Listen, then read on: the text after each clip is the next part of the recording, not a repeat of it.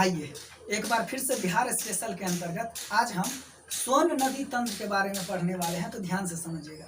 सोन नदी, इसको कई नामों से जाना जाता है, जैसे कि सोनभद्र, हिरणवाह, सोहन और स्वर्ण नदी।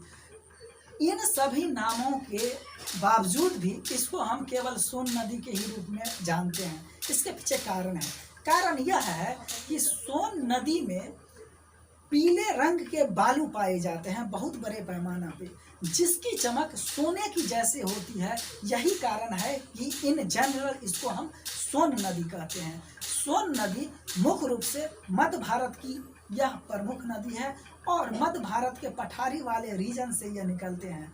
यानी कि जो मध्य भारत का विंध्याचल पर्वत वाला श्रेणी का हिस्सा है, मैकाले और अमरकंटक का पहाड़, वहीं से अमरकंटक की पहाड़ से इस नदी का उद्गम होता है और यह अनूपपुर जिला में पड़ता है। तो इस प्रकार से मध्य प्रदेश के अनूपपुर जिला से अमरकंटक की पहाड़ी से इस सोन नदी का उद्गम होता है और यह एक आर्य अपवाह प्रणाली का निर्माण करता है। डायमेट्रिकली समझाते हैं कि आर्य अपवाह प्रणाली क्या होता है। क्लियर, आगे चलते हैं। यह नदी अमरकंटक के पहाड़ से निकलने के बाद मुख्य रूप से आपका छत्तीसगढ़, उत्तर प्रदेश, झारखंड होते हुए बिहार में डेहरी ऑन सोन के पास से ये प्रवेश करते हुए ये चली जाती है, गंगा नदी में मिल जाती है और इस प्रकार से यमुना के बाद दाहिनी ओर से मिलने वाली गंगा की बड़ी सहायिका बन जाती है।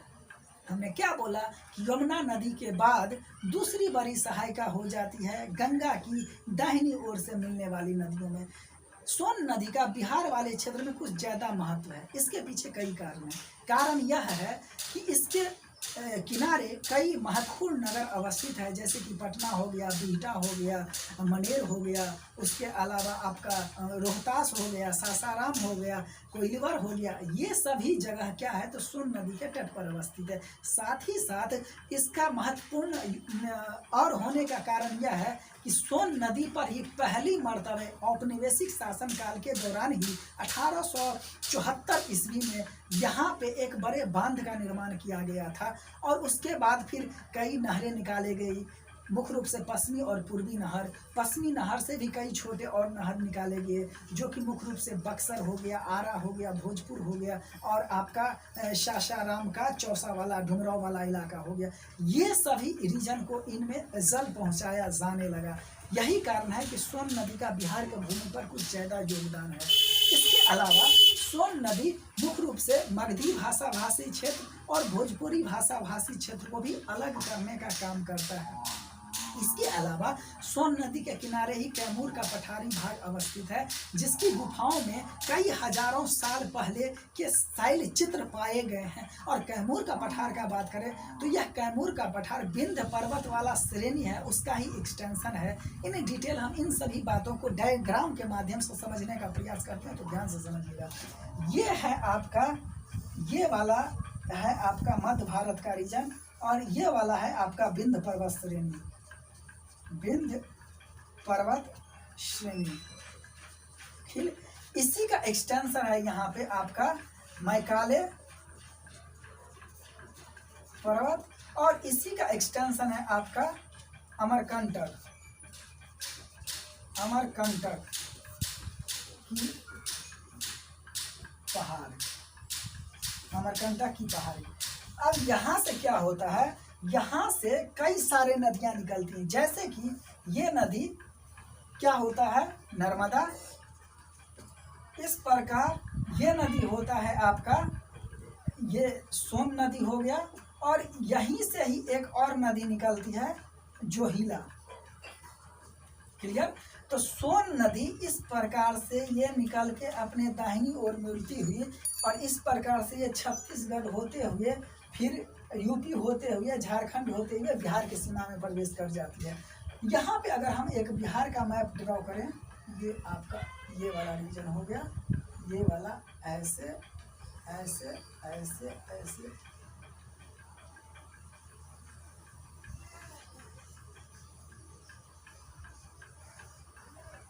क्लियर।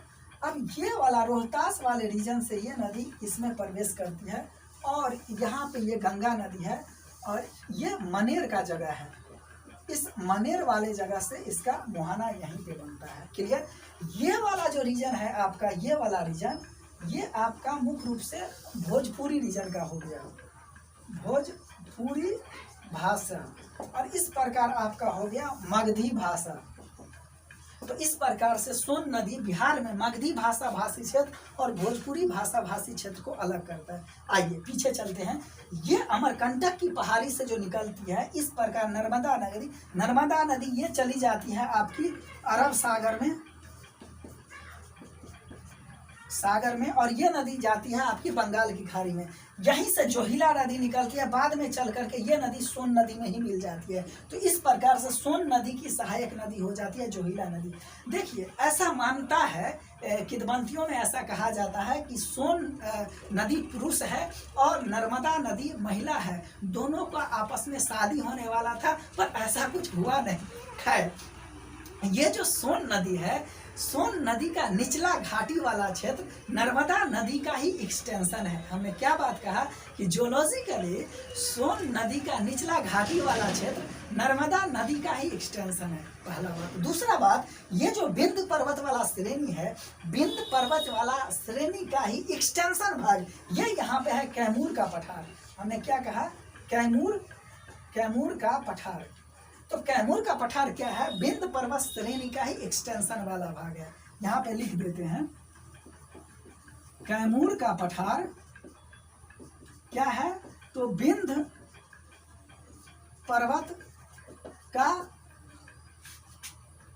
पर्वत का ही एक्सटेंशन है। क्लियर। और दूसरा बात हमने क्या बोला कि सोन घाटी का निचला भाग क्या है, तो ये है आपका नर्मदा घाटी का एक्सटेंशन, नर्मदा घाटी का एक्सटेंशन। क्लियर।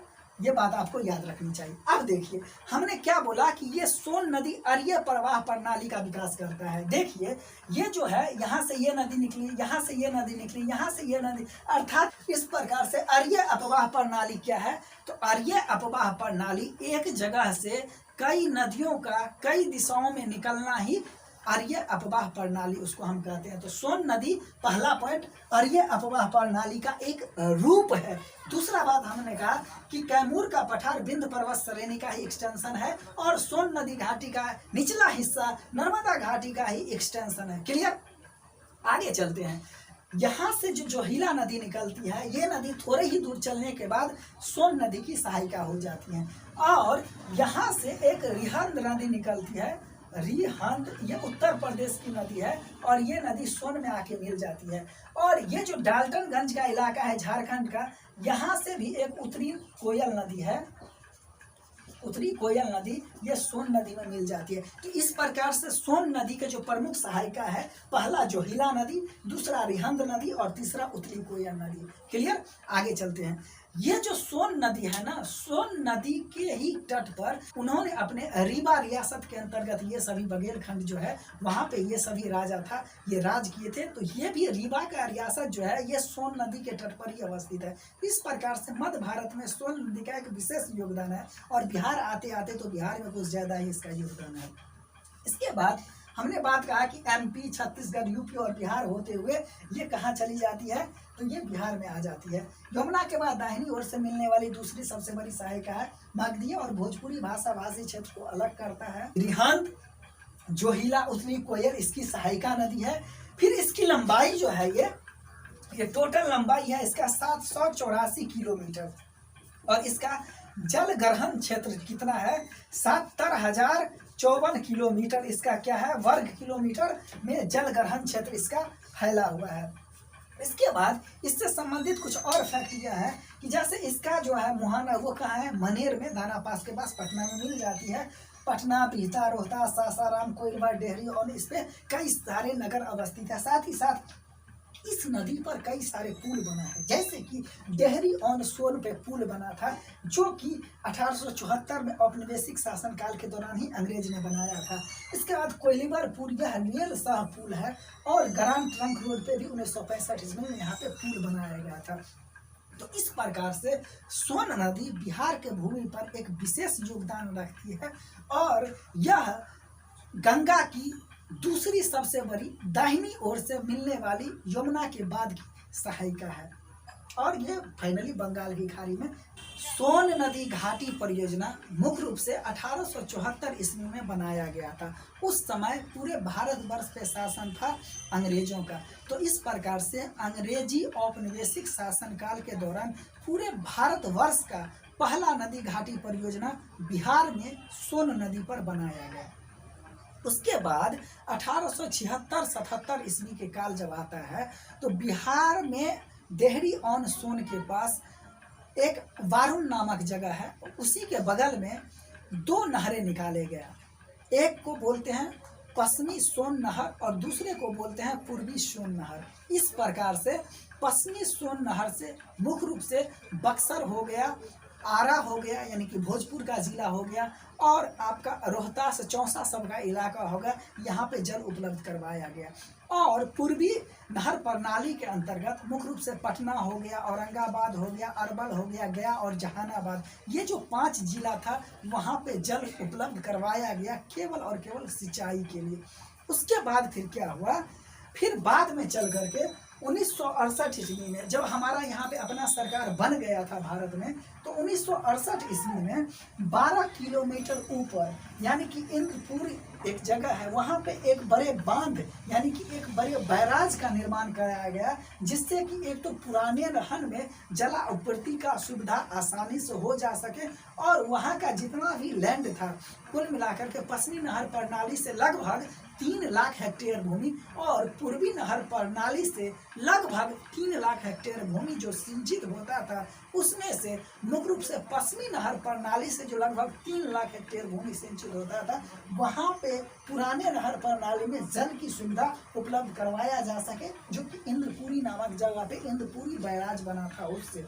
फिर यहाँ पे इसको एक बहुउद्देशीय परियोजना का रूप दिया गया और यहाँ पे जल विद्युत भी उत्पादन किया जाने लगा और जो पानी खराब बच जाता था जल विद्युत बनाने के बाद उसको नहर में छोड़ दिया जाता था। इस प्रकार से यहाँ पे तो उत्पादन कृषि का जो था वो बढ़ा ही बढ़ा और इसका मत्स्य पालन हो गया, पनबिजली हो गया और भी कई सारे जल आधारित जो क्रियाकलाप होते हैं वो भी इससे होने लगा। फिर एक बिहार सरकार की नई योजना है, इसके तहत नई योजना के तहत लगभग इस इलाके का 9 लाख भूमि हेक्टेयर जो है उसको यहाँ पे जलापूर्ति के माध्यम से फसल उपजाने का बात किया जा रहा है। ये अभी योजना अंडर कंसिडरेशन है और आगे भविष्य में इस पे भी बात बन जाएगी करीब करीब। तो इसको हम डायमेट्रिकली समझने का कोशिश करते हैं, ध्यान से समझिएगा। ये है आपका सोन नदी और सोन नदी पे हमने क्या बोला कि डेहरी ऑन सोन, ये रोहतास का इलाका है। डेहरी ऑन सोन, डेहरी यहाँ पे है बारून नामक जगह, बारून के पास यहाँ पे क्या हुआ तो 1976-77 में 2 नहरें निकाली गई। एक को बोलते हैं, ये हो गया आपका पश्चिमी नहर यानी कि सोन और ये हो गया आपका पूर्वी नहर। क्लियर? अब ये देखिए पश्चिमी नहर से मुख्य रूप से 3 और नहरें निकाली गई, ये इस प्रकार से।